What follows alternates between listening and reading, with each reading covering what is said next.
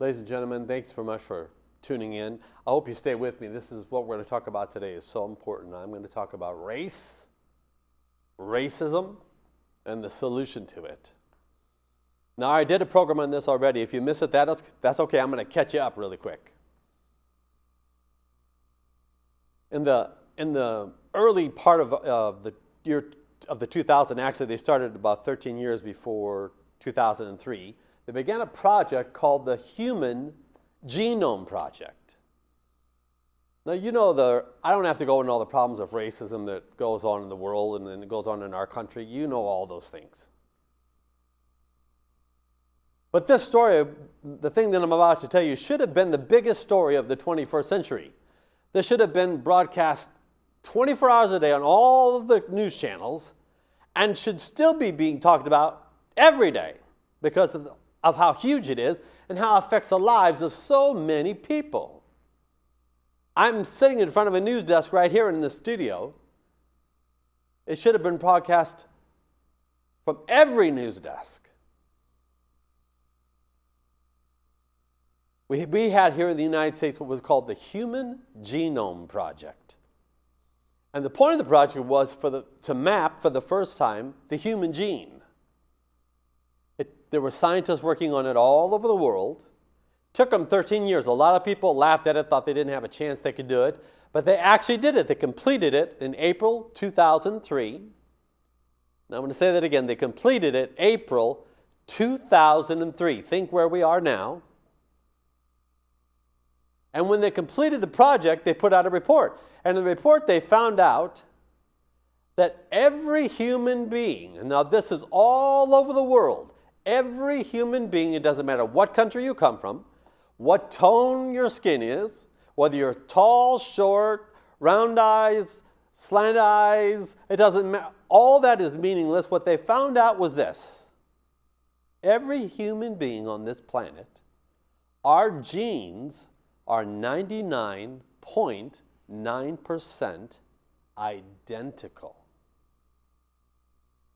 I'm going to say that again.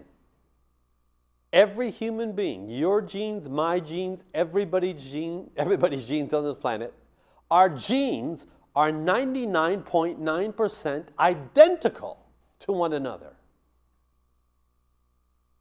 And when they put out the report, they said, we really need to stop using the word race. Listen to this. We need to stop using the word race because it's inaccurate. There are no races. There's just one race, the human race. You're in that race, I'm in that race, and every other person on this planet. We're all one race, the human race. Not only that, they said, we're actually all, not only are we all one race, we can all trace our ancestry back to the original man and original woman, and we are actually all cousins of one another. We're related. I'm related to you, you're related to me, you and I are cousins. I'm cousins to everybody in Africa, I'm cousins to everybody in China, I'm cousins to everybody in the Philippines, I'm cousins to everybody in the UK, you're their cousin, we're all cousins to each other. Now,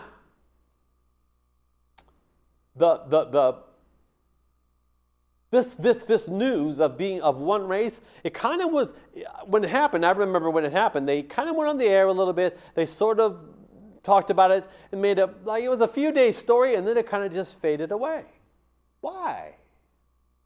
Why would something of such giant magnitude as that we are all one race, that there are no races, because just watch the news. I love to watch the news, I'm a big news guy. You're always hearing stuff about racial problems between the races, racial issues. What's the race? There are no races, ladies and gentlemen. There's just one race. How come we don't hear that in the media? How come that's now not part of just our everyday vocabulary? Now, I'm going to put the links on my website. You can, I don't have time on the program, but you can read the articles about it. You can and see what the different scientists have said about it because they write about it. the National Academy of Sciences. That's the very prestigious National Academy of Sciences.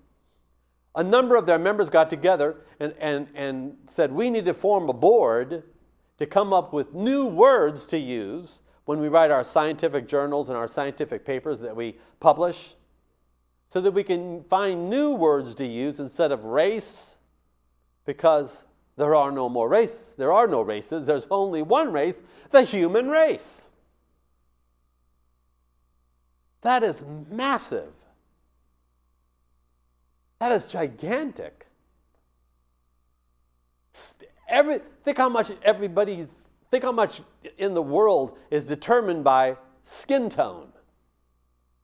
Skin tone is meaningless. We're one race.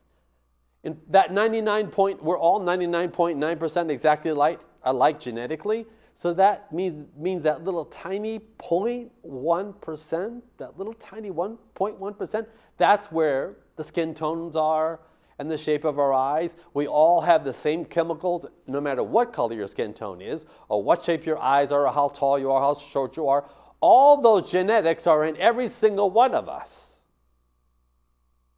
And it's in that little 0.1%.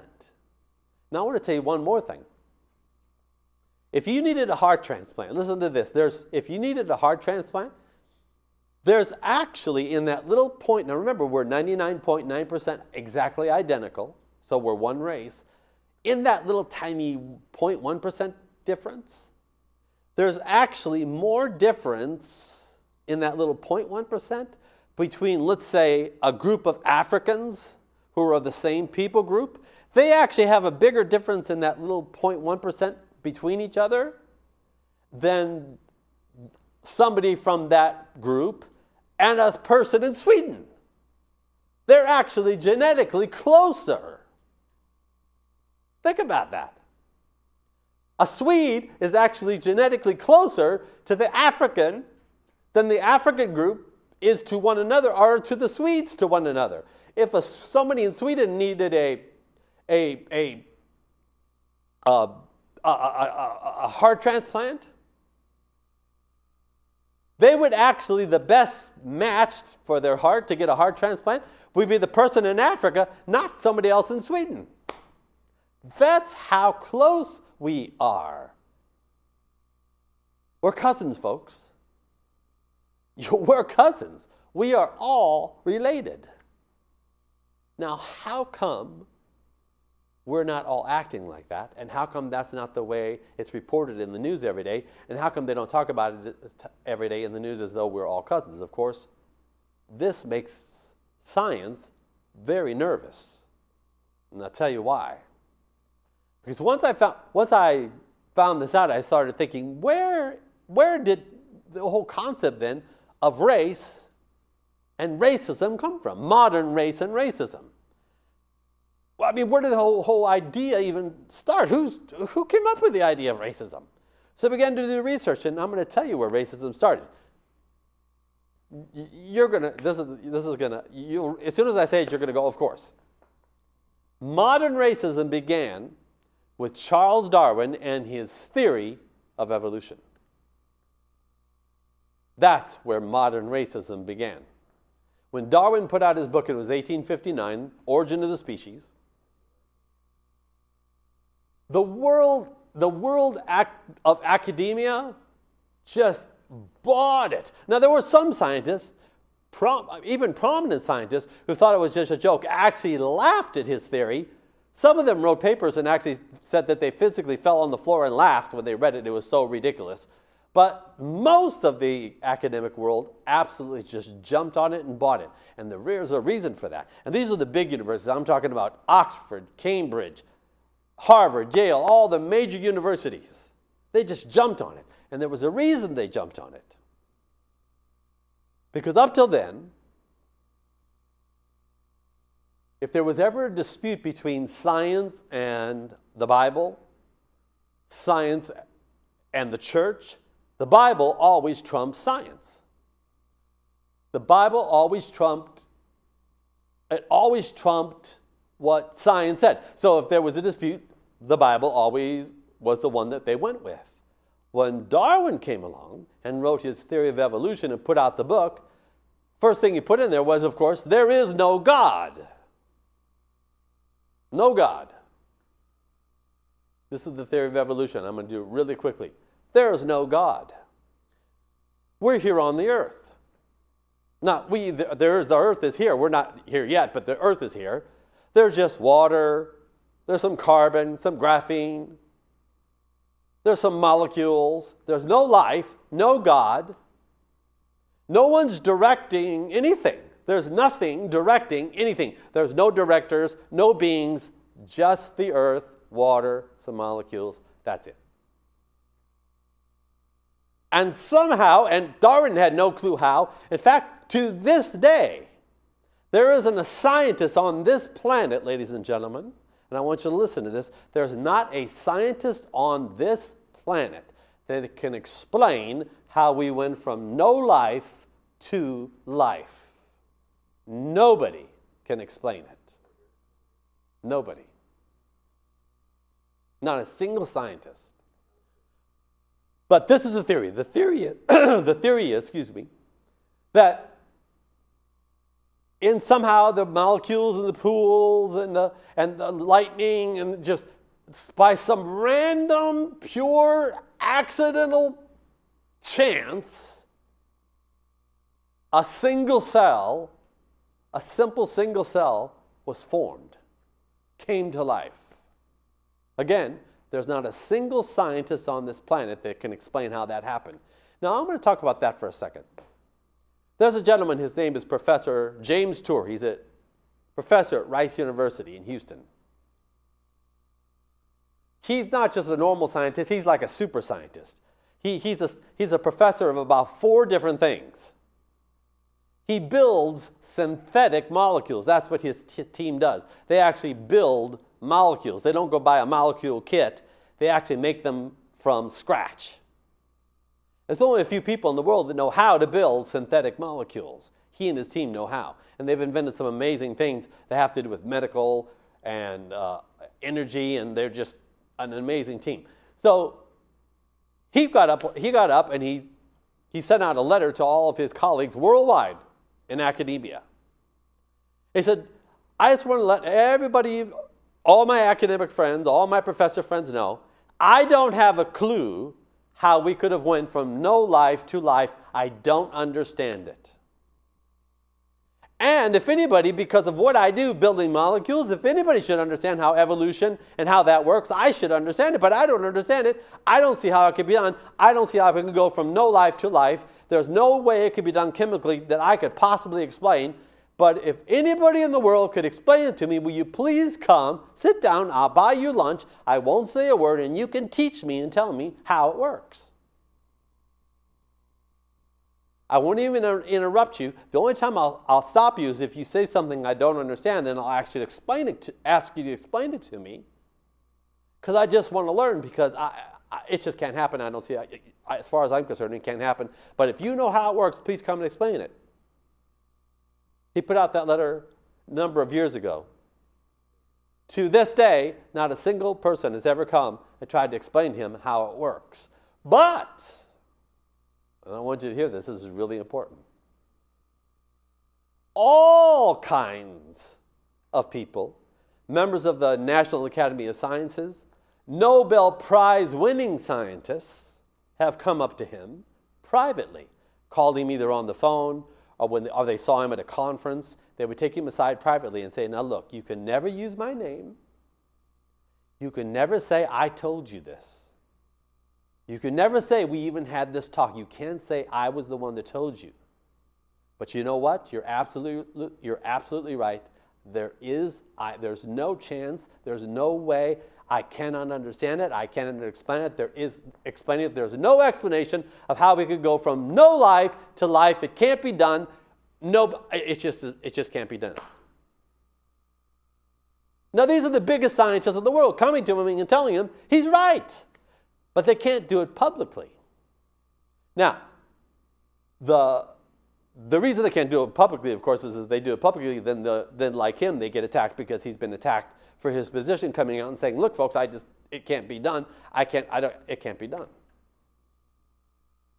So I wanted you to know that there isn't a scientist in this world. And so if you go to school, by the way, depending on your age, if you're at school and you ask the question of your professor, well, how did we go from no life to life? And they say something like, oh, they got that all worked out. Let me just tell you, according to Dr. Tour, they don't have that all worked out. Nobody's got it all worked out. Nobody in the world. It's interesting. I'm going to tell you a story he said really quickly.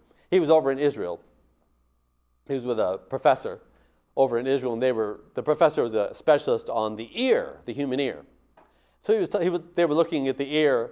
And so while they were doing it, he asked the professor, he says, Professor, do you understand this whole ear thing? Like, how did that happen? How could an ear come to be?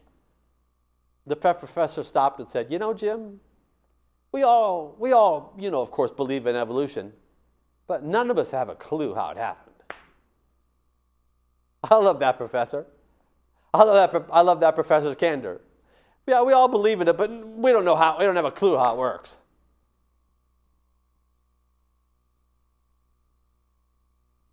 The reason they don't have a clue how it works is because it doesn't work.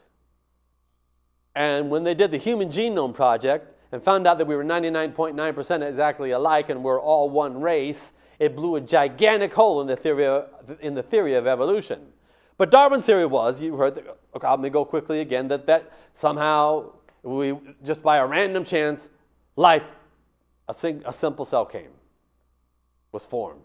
And then that cell, over millions of years, finally it kept developing and developing until it developed until it could crawl out of the little pool of the water. And then over millions of years, it turned into another species. And over millions of years, it turned into other species. I'm going through it real quick. And finally, there were mammals, and of course, some species were dying out, and new ones were evolving. And finally, they got to apes and chimpanzees and orangutans, and from them, humans came. By the way, the theory was, and I want you to hear this, if you have dark skin, the theory was you came from gorillas. Gorillas are the strongest but less intelligent of the primates. If you were Asian, you came from orangutans. And if you were light-skinned, Caucasian, you evolved from chimpanzees because they're the most intelligent of all the primates. Wonderful, isn't it? Theory.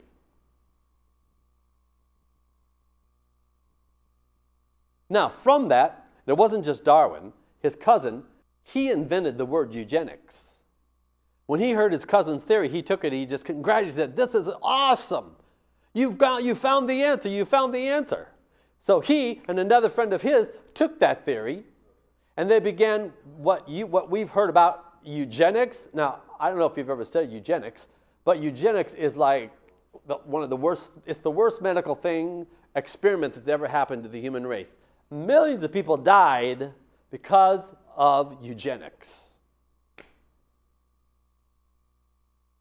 Eugenics was that there were superior and inferior races.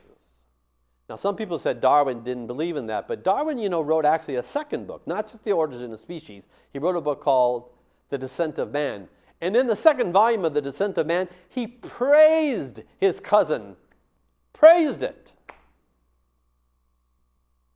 And the other gentleman who was a businessman, who came up actually with the term survival of the fittest, he used it in business, then he started applying it to people and superior races and inferior races. Darwin praised him as one of the greatest thinkers of our time. Now, as that theory developed and as it began, it went into the universities, and then it seeped itself out into the world and into the schools and was taught in the schools. Terrible things happened. They enslaved people. You know what happened.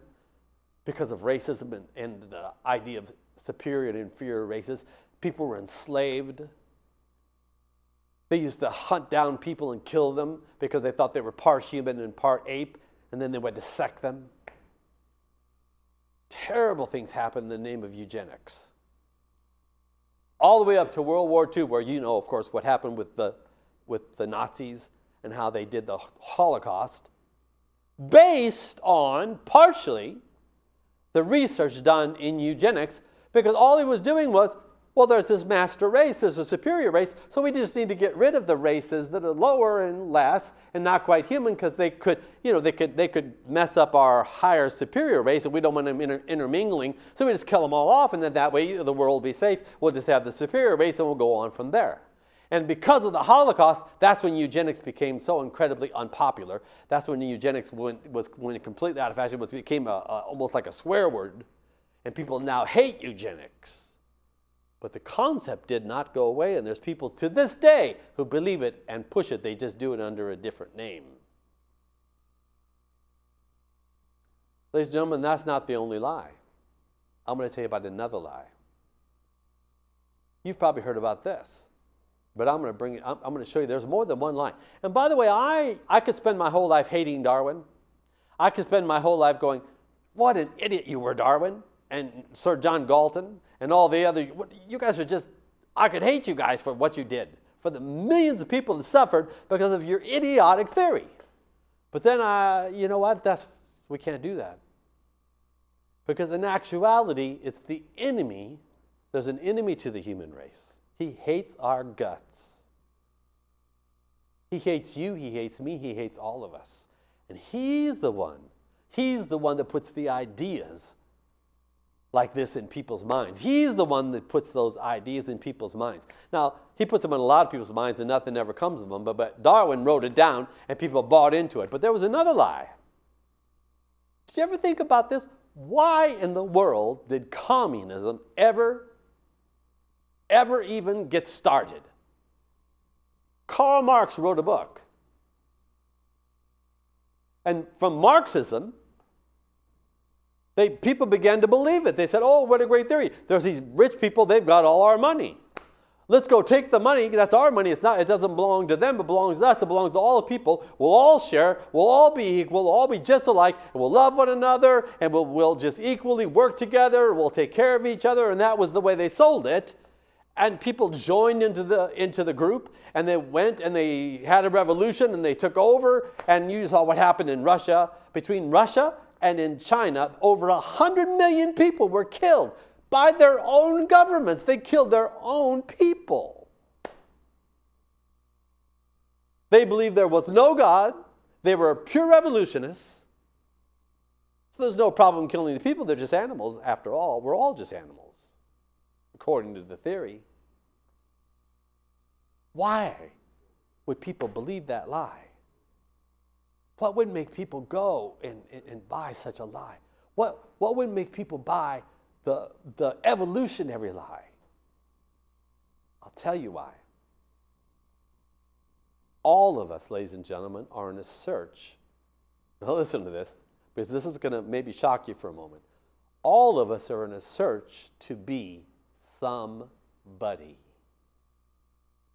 All of us want to be valuable, want to feel like we're valuable, want to feel that we have worth, want to feel that we're not just some person in this giant, I'm here in Southern California. There's 18 million people under the signal of this channel you're watching here in Southern California.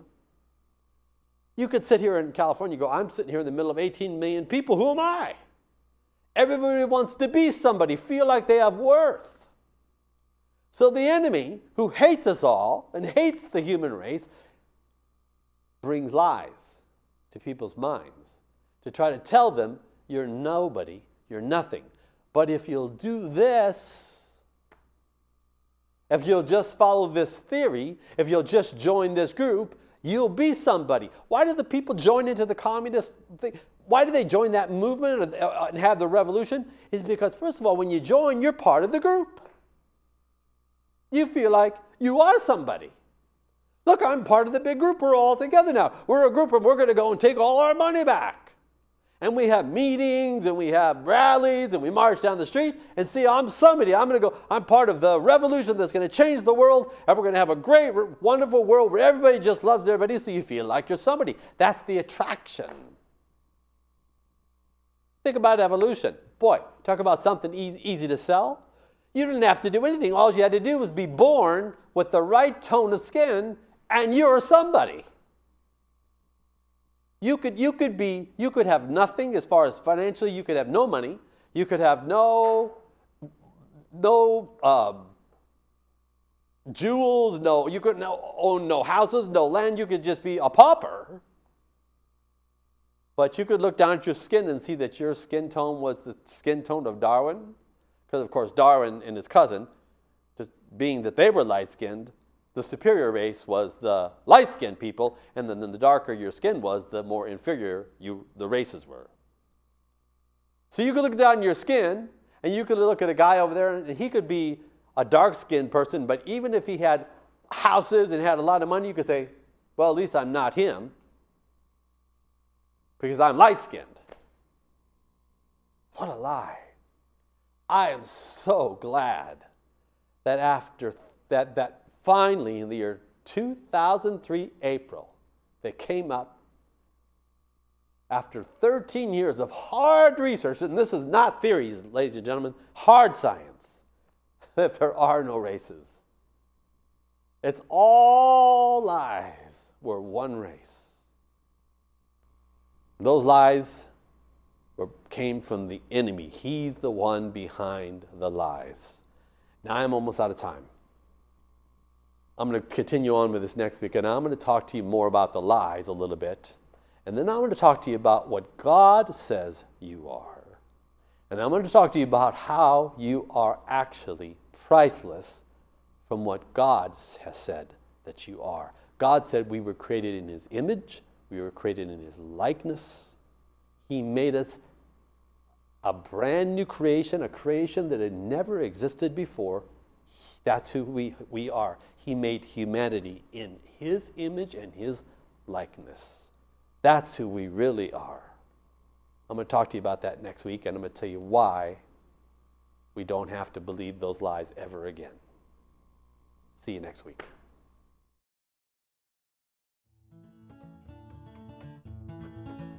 Ladies and gentlemen, I would love to hear from you. You can send me a text or an email to michael@michaeldalton.com, or you can call the 800 number that you see on the screen. You can also just go on our website, click on the Contact Us page, and from right there you can send us a message. You can also write to us at the address that's on the screen. I'd love to hear from you, and thanks for watching. Ladies and gentlemen, I want you to walk in freedom. I want you to listen to this. This is a universal principle. To the degree that you believe lies and act on lies is the degree that you live in bondage, depression, fear. But to the degree that you know the truth and act on the truth is to the degree that you walk in freedom.